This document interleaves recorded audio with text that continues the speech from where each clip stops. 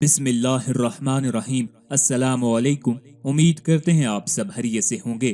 سورہ توبہ قرآن مجید کی 9ویں سورت ہے جو کہ مدینہ میں نازل ہوئی۔ یہ قرآن کی واحد سورت ہے جس کے آغاز میں بسم اللہ نہیں ہے۔ سورہ توبہ کی 129 آیات اور 16 رکوع ہیں اور 4078 کلمات اور 10,488 حروف ہیں۔ سورہ توبہ کے 10 سے زیادہ نام ہیں مگر یہ دو ناموں سے مشہور ہے۔ اس سورت کا نام سورہ توبہ بھی ہے اور سورہ برا بھی ہے۔ اس سورت کو سورہ توبہ اس لیے کہتے ہیں کہ اس سورت میں بعض صحابہ کرام کی توبہ کا تذکرہ ہے۔ یہ صحابہ کرام غزوہ تبوک میں شرکت نہ فرما سکے تو انہوں نے بغیر کوئی عذر پیش کیے نبی کریم صلی اللہ علیہ وآلہ وسلم سے معافی مانگی اور اللہ رب العزت نے ان کی معافی کو قبول فرما لیا، ان پر متوجہ ہوئے اور ان کی توبہ کو قبول فرما لیا۔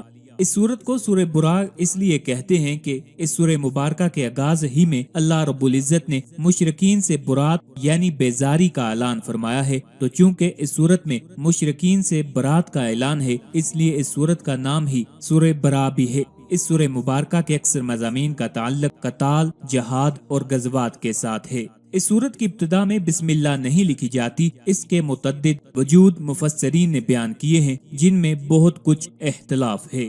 ایک رائے یہ ہے جو امام رازی نے لکھی ہے کہ نبی حضرت محمد صلی اللہ علیہ وآلہ وسلم نے خود اس کے آغاز میں بسم اللہ نہیں لکھوائی تھی، اس لیے صحابہ اکرام نے بھی نہیں لکھی اور بعد کے لوگ بھی اسی کی پیروی کرتے رہے ہیں۔ یہ اس بات کا مزید ایک ثبوت ہے کہ قرآن کو نبی کریم صلی اللہ علیہ وآلہ وسلم سے جوں کا توں لینے اور جیسے دیا گیا تھا ویسا ہی اس کو محفوظ رکھنے میں کس درجہ احتیاط اور اہتمام سے کام لیا گیا ہے۔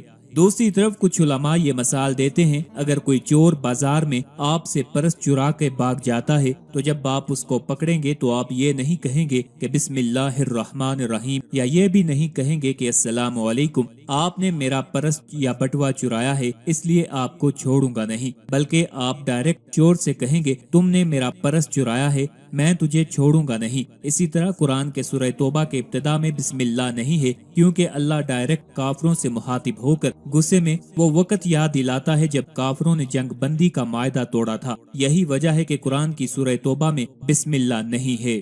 حضرت علی المرتضیٰ رضی اللہ تعالیٰ عنہ سے روایت ہے کہ نبی کریم صلی اللہ علیہ وآلہ وسلم نے ارشاد فرمایا، منافق سورہ ہود، سورہ برات یعنی کہ سورہ توبہ، سورہ یاسین، سورہ دخان اور سورہ نبا کو یاد نہیں کر سکتا۔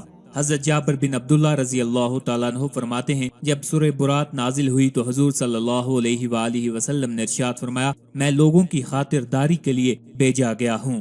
حضرت عطیہ حمدانی رضی اللہ تعالیٰ عنہ فرماتے ہیں حضرت عمر رضی اللہ تعالیٰ عنہ نے لکھا کہ تم خود سورہ برات یعنی سورہ توبہ سیکھو اور اپنی عورتوں کو سورہ نور سکھاؤ۔ سورہ توبہ میں جو بعض اسباق بیان کیے گئے ہیں ان میں سے مدرجہ ذیل یہ ہیں، اللہ کو کسی کی ضرورت نہیں، یہ اسلام ہر کچے پکے مکان میں داخل ہو کر رہے گا، ہم کو اسلام کی ضرورت اور اللہ کی مدد کی ضرورت ہے۔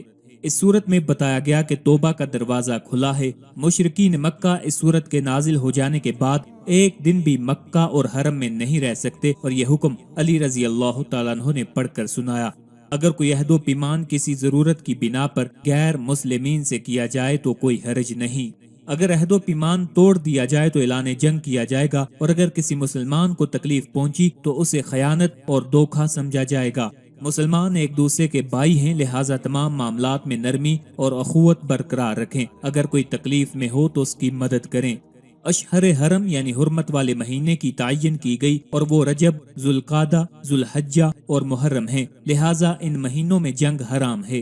اللہ کی حکمت ہے کہ وہ بندوں کو غلبہ و شکست، قوت و ذلت سے آزماتا ہے، ورنہ اگر ان کو ہمیشہ غلبہ و نصرت ملتی رہے تو وہ بغاوت اور تکبر کریں گے۔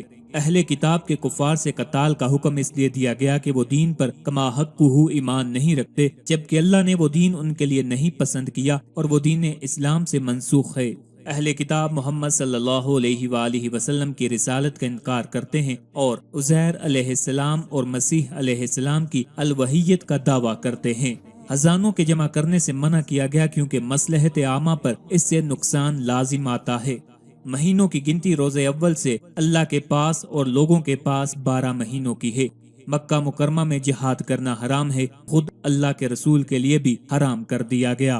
جہاد کی مشروعیت اس لیے ہوئی کہ اللہ کے کلمہ کو بلند کیا جائے، ظلم کو دفع کیا جائے اور کمزوروں کی مدد کی جائے۔ جہاد کو ترک کرنے پر امت پر بہت سے نقصانات لازم آئیں گے۔ پہلا، دشمن مسلمانوں کی زمین پر قابض ہوں گے اور ان کی تمام خوبیوں کو ختم کر دیں گے اور ان کا خون بہا دیں گے، اور خود مسلمان جہاد کو چھوڑ کر اللہ کے بڑے ثواب سے محروم ہو جائیں گے۔ سورہ انفال صحابہ کو تیاری کا حکم دیتی ہے، یعنی کہ سیلف ڈیولپمنٹ کا حکم دیتی ہے، جبکہ سورہ توبہ میں وارننگ کا ذکر ہے اہل کتاب، کفار قریش اور دیگر جو نبی اور صحابہ کے دشمن تھے۔ یہ سورہ انفال کے بعد ہے۔ اس میں ایک نقطہ یہ ہے کہ انفال میں سب سے پہلے غزوہ کا ذکر ہے اور سورہ توبہ میں سب سے آخری غزوہ تبوک کا ذکر ہے۔ یہ سورت یعنی سورہ توبہ اس وقت نازل ہوئی جبکہ مسلمان اسلام کو جزیرہ عرب سے باہر سارے عالم میں پھیلانے کے لیے کوشاں تھے۔